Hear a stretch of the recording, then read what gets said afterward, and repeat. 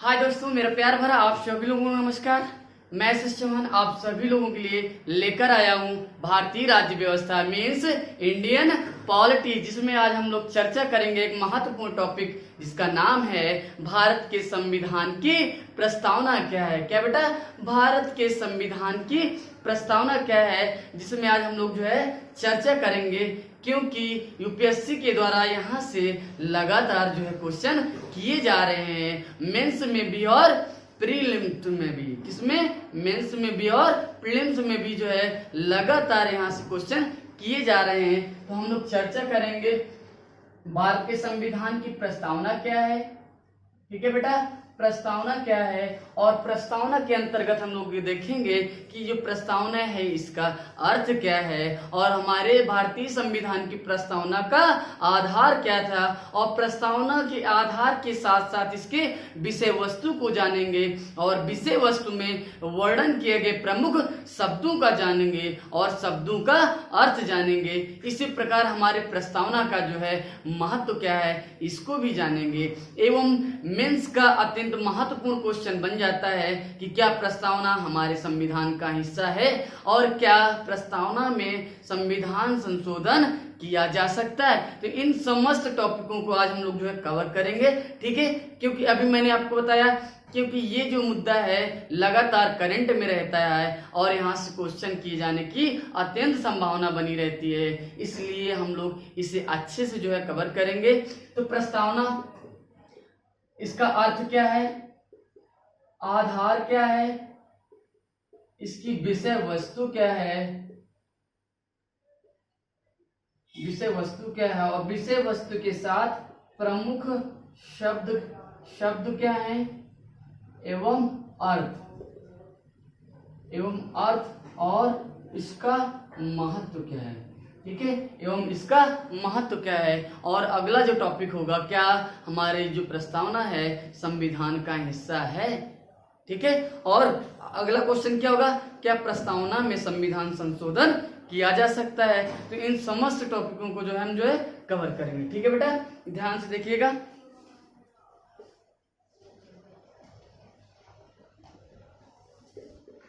तो सर्वप्रथम प्रस्तावना शब्द का जो वर्णन है हमें अमेरिका के कॉन्स्टिट्यूशन में मिलता है। ठीक है, कहां से मिलता है बेटा? अमेरिका के कॉन्स्टिट्यूशन में वर्णन सर्वप्रथम किसका मिलता है? प्रस्तावना का। ठीक है बेटा, किसका वर्णन मिलता है? प्रस्तावना शब्द का वर्णन मिलता है। और इसका जो अर्थ है वो क्या है बेटा? तो प्रस्तावना किसी भी देश की जो प्रस्तावना होती है उस देश के संविधान के परिचय को व्यक्त करती है और उस देश के संविधान की भूमिका का वर्णन करती है, अर्थात उस देश के संविधान के सार को व्यक्त करती है। इस आधार पे देखें तो प्रस्तावना का अर्थ क्या है? परिचय को बताती है और उस देश के संविधान की भूमिका का वर्णन करती है। भूमिका के साथ साथ ही सार को भी व्यक्त करती है। तो परिचय, प्रस्तावना परिचय को बताती है, परिचय के साथ ही भूमिका का भी वर्णन करती है और भूमिका के साथ ही सार को व्यक्त करती है। ठीक है, ये हमारे संविधान की प्रस्तावना का क्या है? अर्थ है। इन शब्दों को ध्यान, क्वेश्चन आएगा कि संविधान का परिचय किसे कहते हैं, तो आपका आंसर होगा प्रस्तावना को। इसी प्रकार एक प्रख्यात न्यायविद महोदय थे जिनका नाम था N.A. पालकीवाला।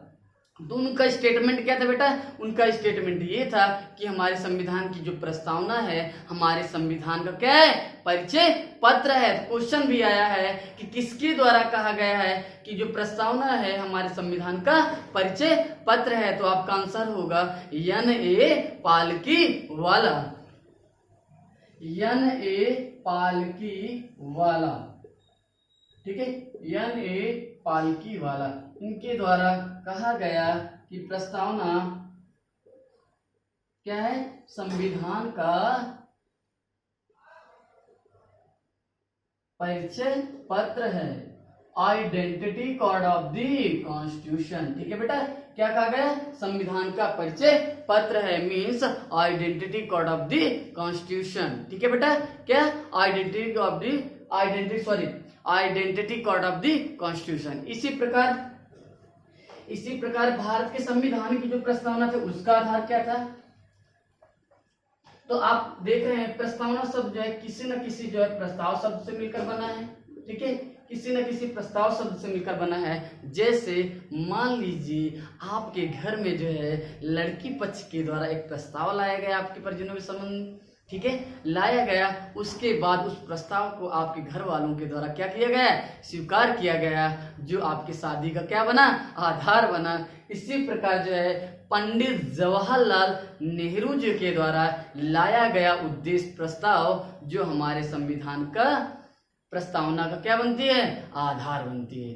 क्या, पंडित जवाहरलाल नेहरू द्वारा लाया गया उद्देश्य प्रस्ताव ही हमारे प्रस्तावना का आधार है, ठीक है। तो ऐसा जो है क्या था उस प्रस्ताव में भैया ऐसा क्या था जो हम लोगों ने स्वीकार कर लिया, क्योंकि उस प्रस्ताव में बताया गया था कि भारत का जो स्वरूप होगा किस प्रकार से होगा और भारत के नागरिकों के लिए जो न्याय की व्यवस्था की जाएगी और जो स्वतंत्रता की व्यवस्था की जाएगी और जो समता की व्यवस्था की जाएगी और राष्ट्र की जो सुरक्षा की व्यवस्था की जाएगी वो किस प्रकार से की जाएगी, किसमें वर्णन किया गया था, पंडित जवाहरलाल नेहरू द्वारा लाया गया उद्देश्य प्रस्ताव, ठीक है। तो पंडित जवाहरलाल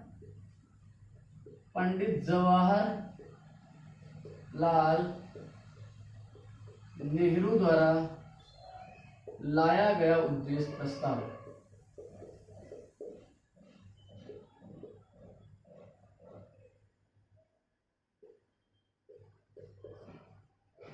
ऑब्जेक्टिव रिजोल्यूशन,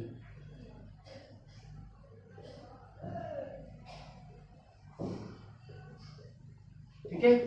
फिर अगला क्वेश्चन होगा कि उद्देश्य प्रस्ताव पंडित जवाहरलाल नेहरू जी के द्वारा कब लाया गया, तो आपका आंसर होगा 13 दिसंबर 1946 ईस्वी को पंडित जवाहरलाल नेहरू द्वारा लाया गया था। क्या, उद्देश्य प्रस्ताव कब लाया गया बेटा, 13 दिसंबर 1946 को। और इसे कब स्वीकार किया गया, 22 जनवरी 1947 को जो है इसे स्वीकार किया गया। स्वीकार करने के बाद ये हमारे प्रस्तावना का आधार बनता है, ठीक है, हमारे प्रस्तावना का आधार बनता है। इसके बाद हम जो मेन जो टॉपिक है प्रस्तावना की विषय वस्तु क्या थी,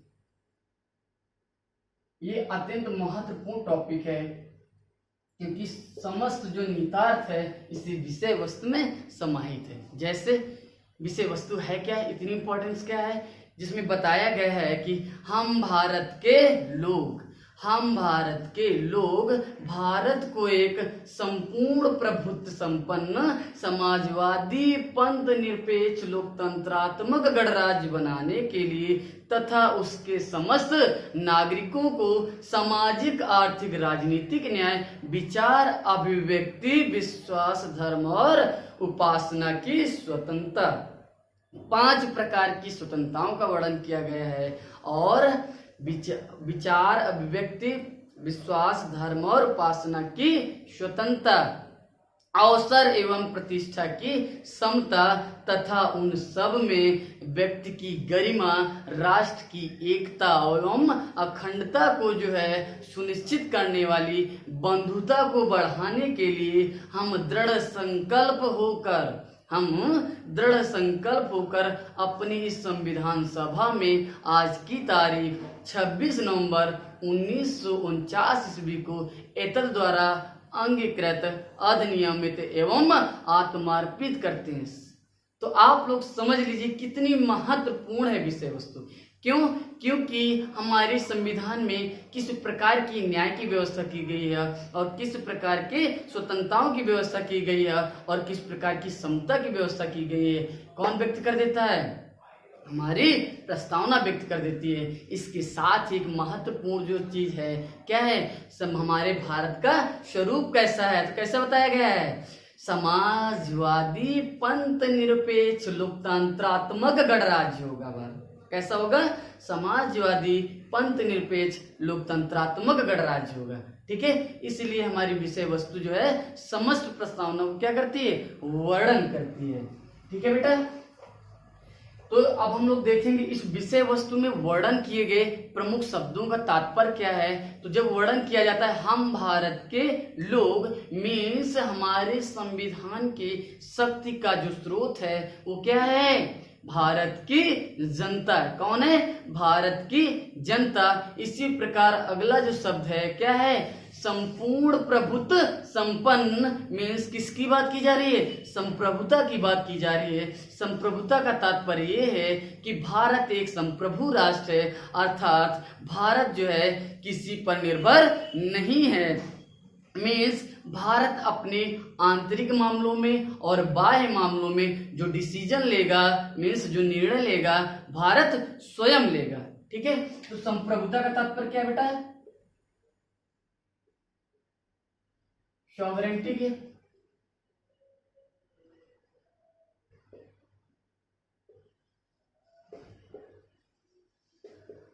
अभी हमने बताया भारत किसी पर निर्भर नहीं है, निर्भर नहीं है, अर्थात भारत एक संप्रभु राष्ट्र है।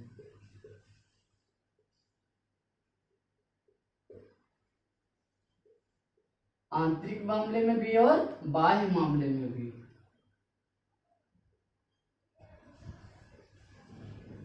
ठीक है बेटा, आंतरिक मामलों में भी और बाह्य मामलों में भी। इसी प्रकार एक शब्द का वर्णन किया गया है समाजवाद। तो हमारे यहाँ का जो समाजवाद है, तो पहला क्वेश्चन यही है, आप लोग जरा बताइए बेटा हमारा जो समाजवाद है किस प्रकार का समाजवाद है, किस प्रकार का समाजवाद है बेटा, मार्क्सवाद और गांधीवाद का मिला जुला रूप जो है हमारे भारत में के समाज में पाया जाता है। किस प्रकार, मार्क्सवाद एवं गांधीवाद। ठीक है, समाजवाद।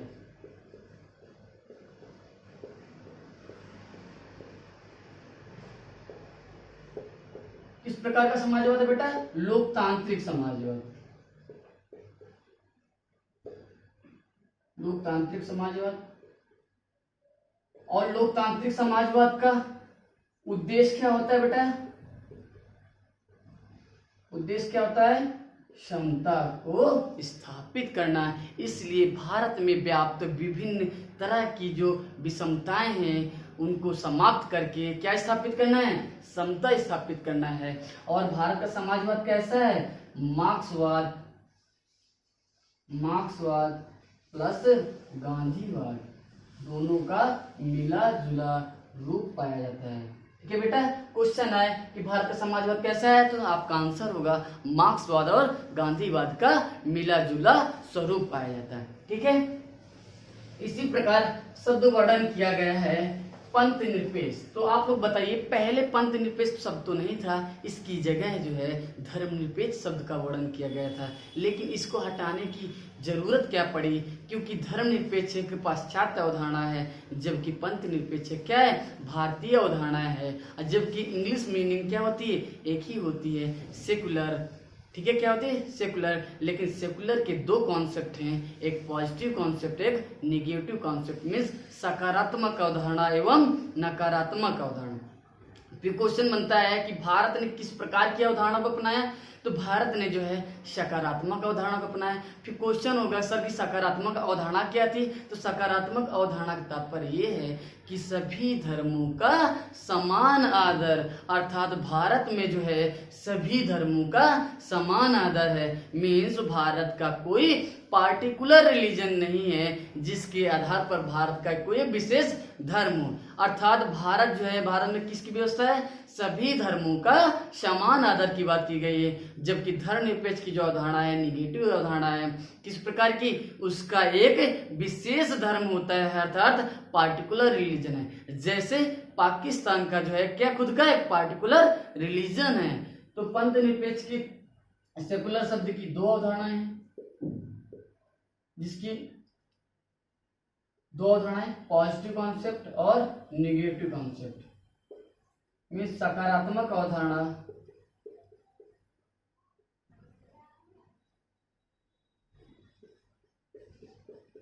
और नकारात्मक अवधारणा।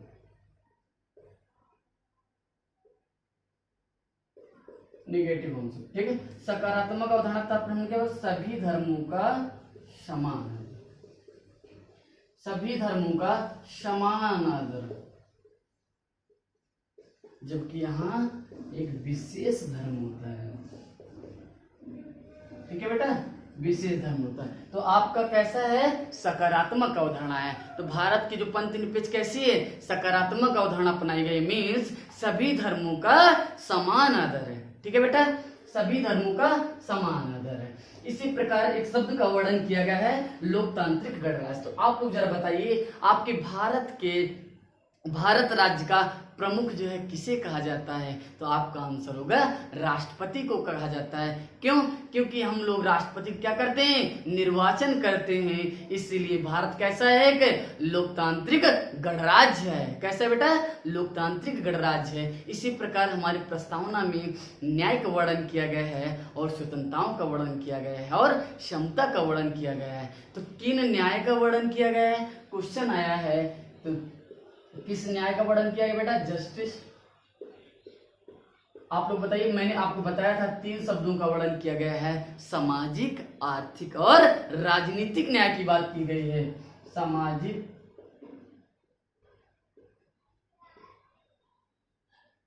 आर्थिक, राजनीतिक।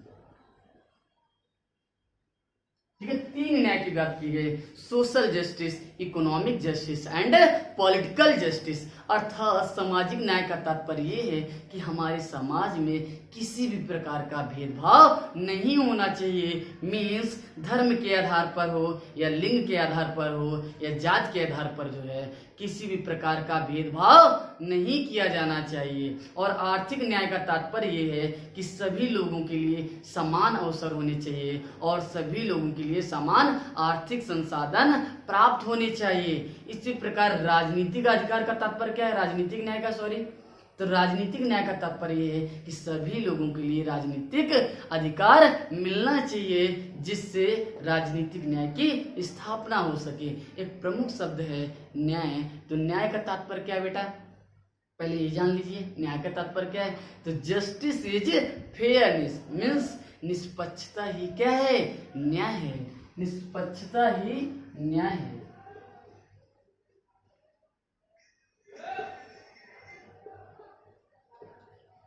निष्पक्षता क्या है, न्याय है। फिर अगला क्वेश्चन बनता है कि प्रस्तावना में जिन न्याय का वर्णन किया गया है, मतलब जिस भी न्याय का वर्णन किया गया है, इन तीनों न्यायों को हम लोगों ने किस देश के संविधान से जो है अपनाया है? तो आपका आंसर होगा रूस की क्रांति या रशियन रिवॉल्यूशन।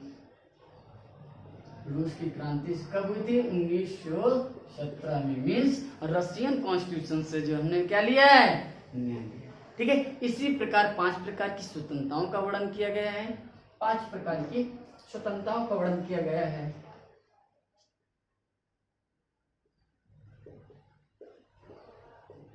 लिबर्टी, कौन कौन से बेटा जा रहे हैं बताइए आप लोग फटाक से। विचार, अभिव्यक्ति, विश्वास, धर्म, उपासना की स्वतंत्रता। ठीक है बेटा, thought, expression, believe, faith and worship, 5 स्वतंत्रताओं का वर्णन किया गया। ठीक है, और स्वतंत्रता का तात्पर्य क्या है बेटा, प्रतिबंधों का अभाव ही क्या कहलाता है, स्वतंत्रता कहलाती है। तो प्रतिबंधों का अभाव ही क्या है, स्वतंत्रता है। ठीक है बेटा, 5 प्रकार की स्वतंत्रता है। और ये कहां से लिए गए, फ्रांस की क्रांति से। कब हुई थी, 1789 ईस्वी में। ठीक है बेटा, ध्यान से देखिएगा, विचार, अभिव्यक्ति, विश्वास, धर्म और उपासना की स्वतंत्रता, 5 प्रकार की स्वतंत्रताओं का वर्णन किया गया, जहां से यूपीएससी ने क्वेश्चन किया है। ठीक है बेटा, इसी प्रकार 2 समता का वर्णन किया गया बेटा। आप लोग बताइए कौन सा, अवसर एवं प्रतिष्ठा की समता। ठीक है बेटा। दो स्वतंत्रताओं का वर्णन किया गया है, अवसर एवं प्रतिष्ठा का समता, अर्थात सभी लोगों के लिए अवसर मिलने चाहिए और सभी व्यक्ति की स्टेटस का जो है समान आदर करना चाहिए, जिससे किसकी स्थापना हो सके, समता की स्थापना हो सके। और जो समता शब्द भी कहां से लिया गया, फ्रेंच कॉन्स्टिट्यूशन से।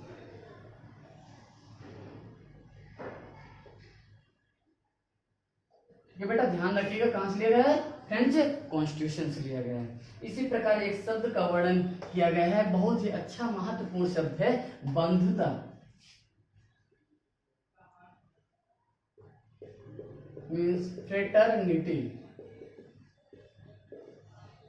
इसका तात्पर्य क्या है बेटा, भाईचारे की भावना। भाईचारे की भावना अर्थात भारत में सभी लोगों के बीच में कैसी भावना होनी चाहिए, एक भाईचारे की भावना होनी चाहिए। और इसको कहां से लिया गया है, बंधुता शब्द को, ये भी जो है फ्रांस से लिया गया है। ठीक है बेटा, फ्रांस से लिया गया है। कहां से लिया गया है, फ्रांस से लिया गया है। ठीक है, अब आप लोग बताइए, फिर हम लोग अगला टॉपिक की बात की थी, किस टॉपिक की बात की थी, क्या हमारी प्रस्तावना जो है संविधान का हिस्सा है। तो ठीक है, तो सबसे पहले जो इसका जो विवाद मिलता है 1960 ईस्वी में एक बेरूवाड़ी संघ मामला था, जिसमें सुप्रीम कोर्ट ने अपना डिसीजन दिया था कि प्रस्तावना हमारे संविधान का हिस्सा नहीं है। ठीक है बेटा, क्या नहीं है, प्रियम्बल जो है पार्ट ऑफ द कॉन्स्टिट्यूशन नहीं है। ठीक है, फिर आगे चल करके 1973 ईस्वी में जो है केशवानंद भारती केस आता है, जिसमें सुप्रीम कोर्ट के द्वारा निर्णय को बदल दिया जाता है। मीन्स सुप्रीम कोर्ट के द्वारा अब जो है निर्णय दिया गया कि जो प्रस्तावना है हमारे संविधान का हिस्सा है। तो संविधान तो हिस्सा है या नहीं है। तो 1960 ईस्वी में बेरूवाड़ी संघ मामला आया, जिसमें सुप्रीम कोर्ट ने डिसीजन दिया कि हमारे संविधान का हिस्सा नहीं है, पार्ट नहीं है। आगे चल करके 1973 ईस्वी में केशवानंद भारती केस, जिसमें सुप्रीम कोर्ट का डिसीजन आया कि हमारे कॉन्स्टिट्यूशन क्या है, पार्ट है, क्या हमारे संविधान का एक आंतरिक हिस्सा है। ठीक है बेटा, अब आपसे कोई क्वेश्चन पूछे क्या प्रस्तावना हमारे संविधान का हिस्सा है, तो आपका आंसर होगा यस, हिस्सा है। किस केस में कहा गया है, तो केशवानंद भारती केस 1973 में जो है सुप्रीम कोर्ट के द्वारा डिसीजन दिया गया कि हमारी जो प्रस्तावना है हमारे संविधान का एक आंतरिक हिस्सा है। ठीक है बेटा, आंतरिक हिस्सा है। फिर अगला टॉपिक है, क्या प्रस्तावना में संविधान संशोधन किया जा सकता है, तो बेटा आपका आंसर होगा यस, किया जा सकता है। जैसे अगर संशोधन नहीं किया गया होता तो धर्मनिरपेक्ष शब्द की जगह पंथ निरपेक्ष शब्द क्यों आता। ठीक है, तो फिर अगला क्वेश्चन बनता है कि सर ऐसा कौन सा संविधान संशोधन किया गया और उस संविधान संशोधन के द्वारा किन शब्दों को सम्मिलित किया गया है। तो बेटा ध्यान से देखिएगा, क्योंकि यहाँ से लगातार क्वेश्चन किया गया है। पहला क्वेश्चन यही बन जाता है कि कौन सा संविधान संशोधन था। ठीक है, तो 42वां संविधान संशोधन, 42वां संविधान संशोधन अधिनियम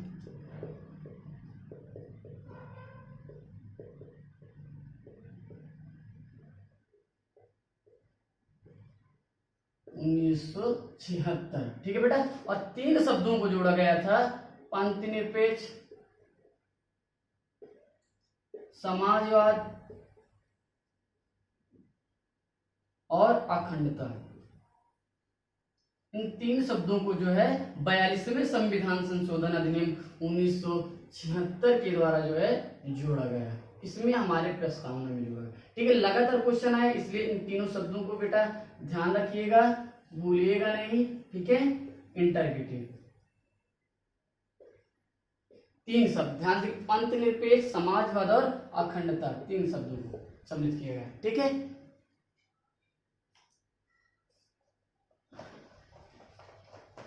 एक ट्रिक देखिए, भूलिएगा मत, इससे जो है आपके 3 क्वेश्चन के अलावा भी क्वेश्चन तैयार होगा 352। ठीक है, तो 352 आप लोग आर्टिकल पढ़े होंगे। आर्टिकल 352 क्या है? National emergency. और 3 का तात्पर्य क्या है? 3 का तात्पर्य ये है कि 3 जो है जस्टिस की बात की गई है। और 5 मीन्स लिबर्टी। लिबर्टी अर्थात 5 स्वतंत्रताओं का वर्णन किया गया है। और 2 means equality. 2 means equality. 2 means क्या हो गया? इक्वलिटी। किस कौन सी जस्टिस है? Social, economic and political justice की बात की गई है। जबकि लिबर्टी के अंतर्गत thought, expression, belief, faith and worship की बात की गई है। और इक्वलिटी के अंतर्गत अपॉर्चुनिटी एंड स्टेटस की इक्वलिटी की बात की गई है। ठीक है बेटा, तो हम लोग आज टॉपिक को यहीं तक समाप्त करते हैं। ठीक है बेटा, तो आप सभी लोगों को हृदय से धन्यवाद, साधुवाद।